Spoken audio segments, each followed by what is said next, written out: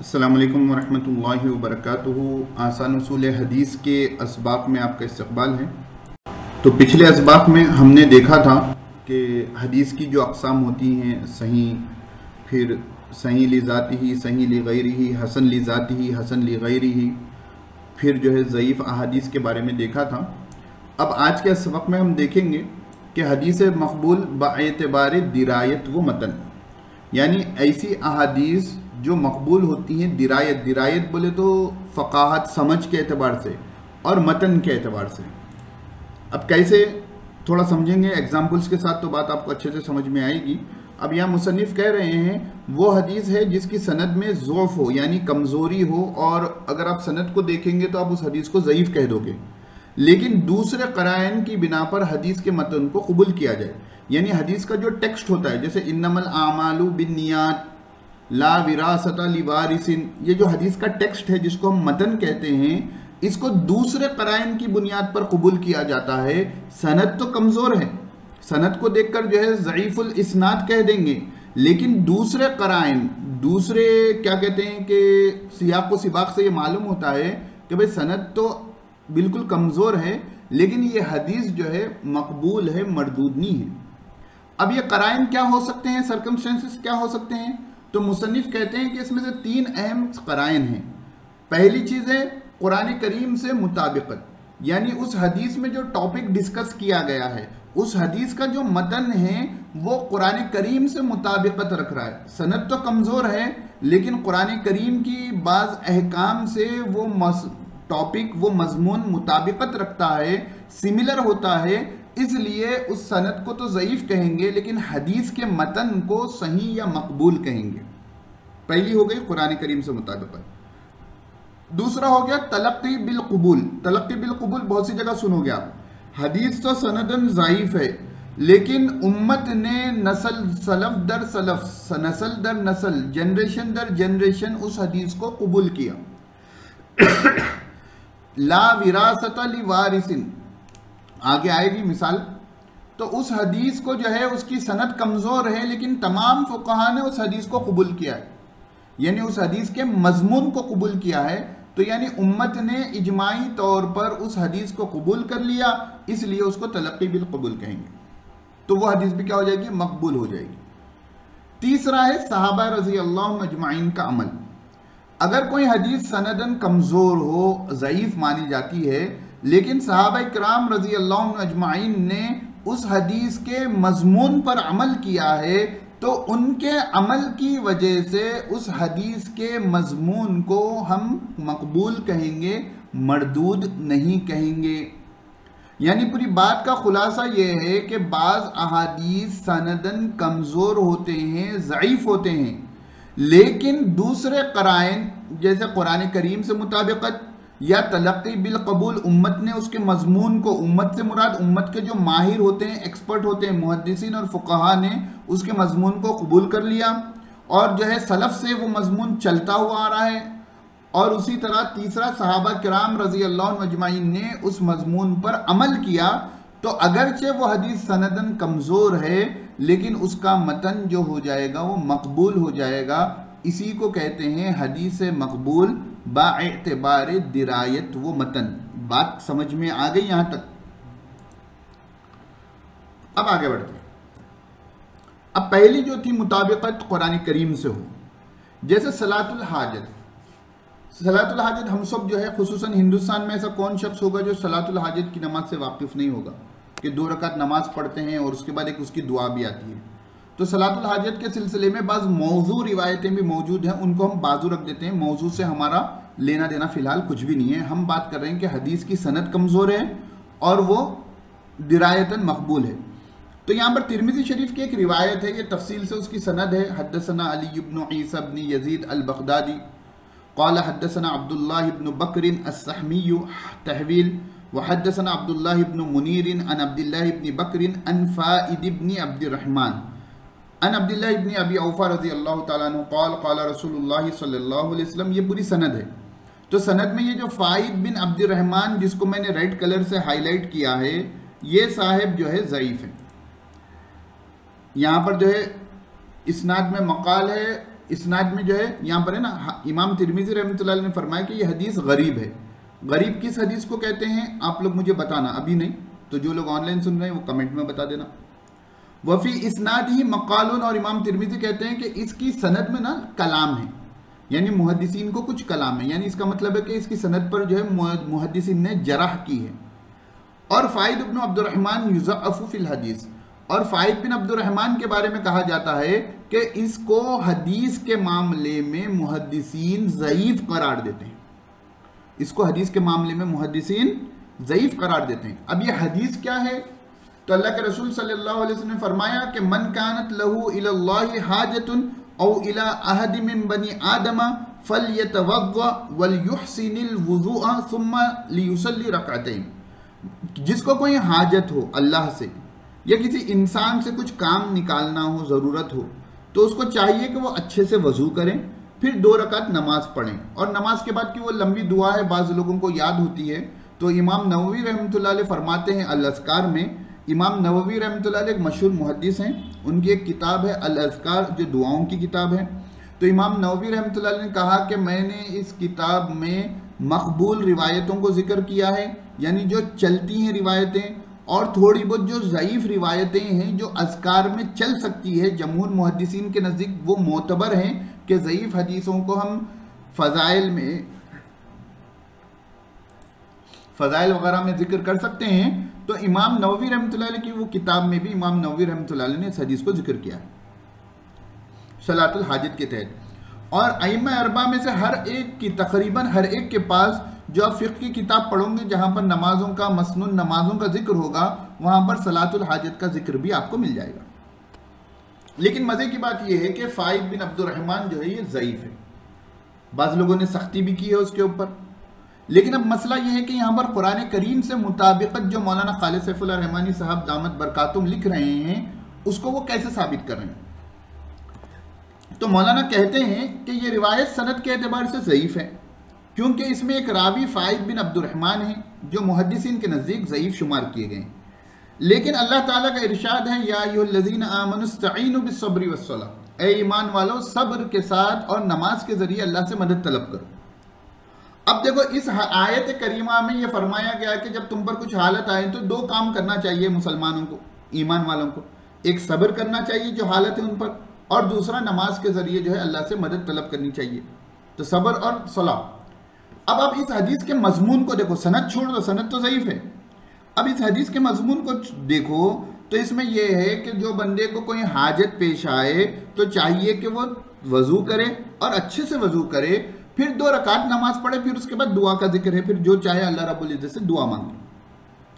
तो यहाँ पर कुरान करीम से पूरा 100% यह हदीस क्या है, मुताबिकत रख रही है। इसलिए मौलाना खालिद सैफुल्लाह रहमानी साहब लिखते हैं कि इस आयत में सलात को अल्लाह से मदद मांगने का एक ज़रिया बताया गया है। सलातुल हाजत का मकसद भी यही है कि नमाज पढ़कर अपनी हाजत के लिए दरख्वास्त की जाए। इसलिए ये रिवायत सनद के एतबार से ज़ईफ़ होने के बावजूद मोतबर मानी जाएगी। बात समझ में आई? अगर ना आई हो तो इसको फिर से सुने।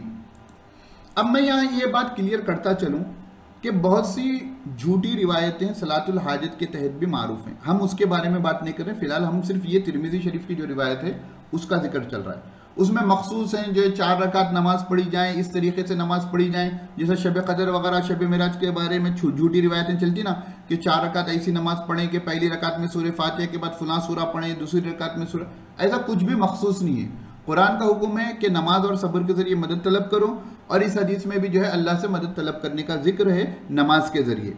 तो हम इस हदीस के इस मजमून को कि नमाज अच्छे से वजू कर कर नमाज के ज़रिए अल्लाह से हाजत तलब की जाए, इस मजमून को कुरान करीम से मुताबिकत की वजह से कबूल कर रहे हैं। तो कोई मखसूस नमाज नहीं है, कभी भी आप 2 रकात नमाज पढ़ें सलातुल हाजत की नीयत से और अल्लाह रब्बुल इज़्ज़त से दुआ कर लें, आपकी दुआ कबूल हो जाएगी।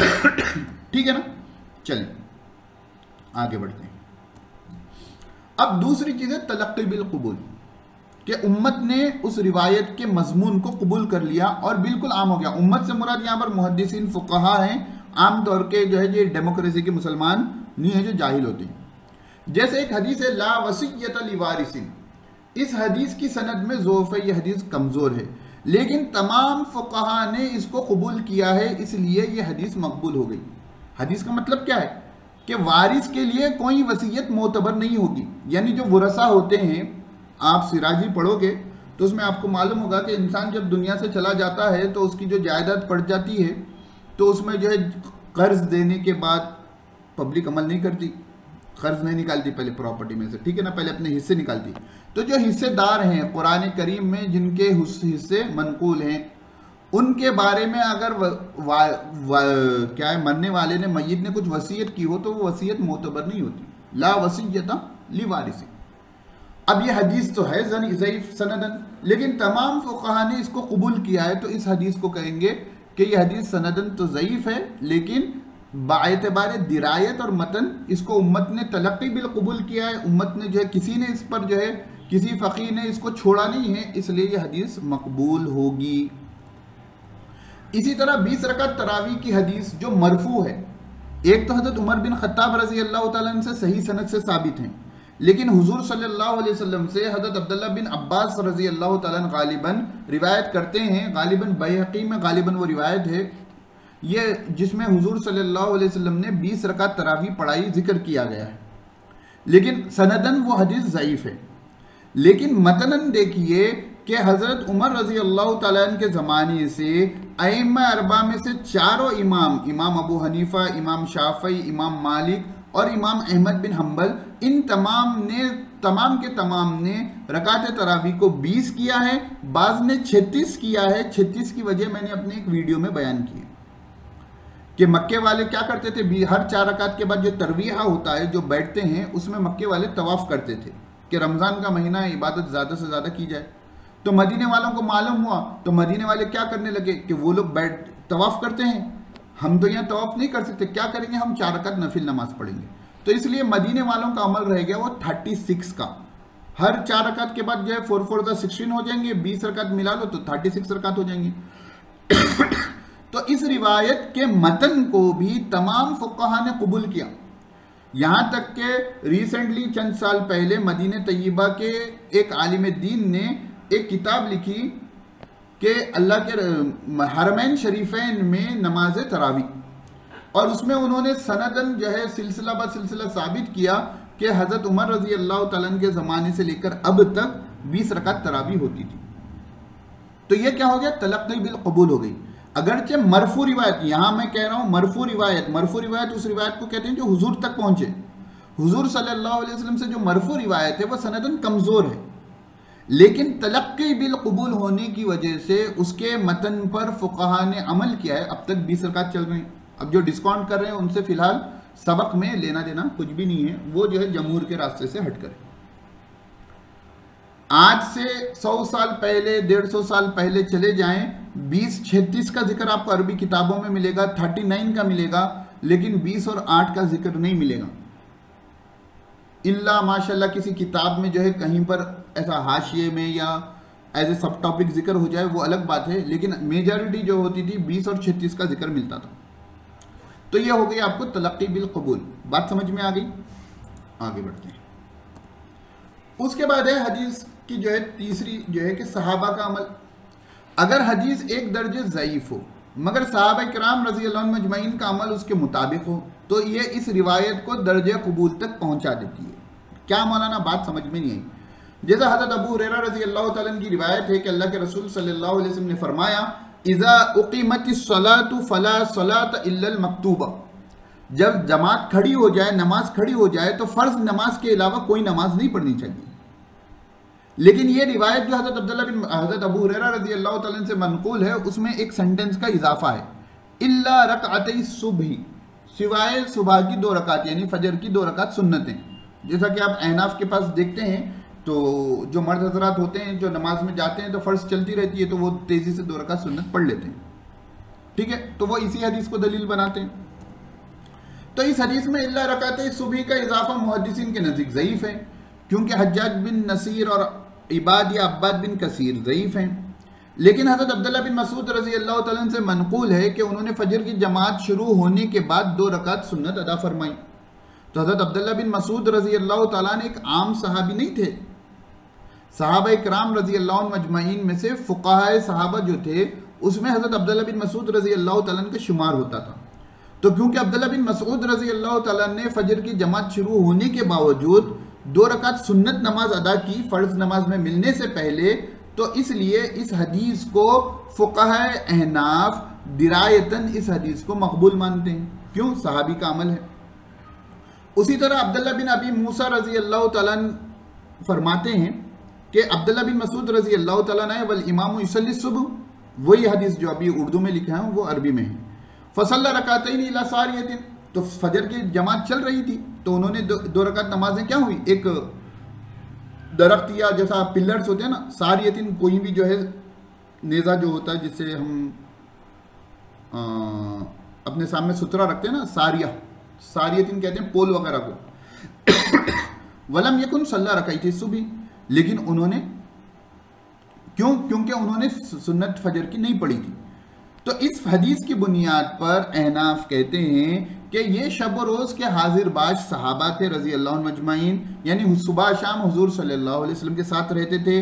तो ये बात नाकाबिल तसव्वुर है कि उन्होंने हुजूर सल्लल्लाहु अलैहि वसल्लम की तालीमात से कत नज़र करके ऐसा अमल किया होगा।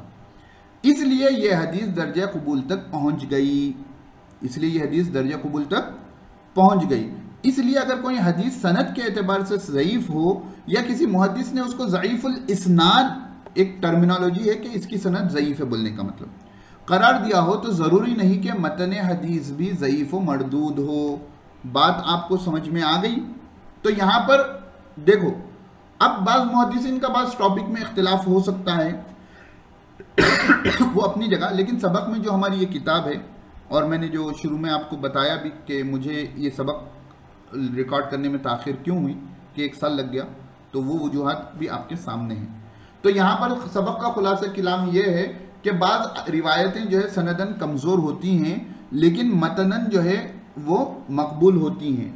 वो मतनन मकबूल होने की उसकी चांसेस ये रहते हैं कि पहला ये है कि वो कुरान करीम के मजमून से मुताबिकत हो, दूसरा जो है तलक्की बिल कबूल हो, या तीसरा सहाबा का अमल हो रज़ी अल्लाह मजमईन। तो यहाँ पर हमारे सबक को ख़त्म करते हैं। इंशाल्लाह जो सवालात हैं आप लोग ज़रूर पूछें, मुझे अच्छा लगेगा कि आप लोग सवालात पूछेंगे। तो इंशाल्लाह फिर हम अगले सबक में मिलते हैं। अस्सलामु अलैकुम व रहमतुल्लाहि व बरकातहू।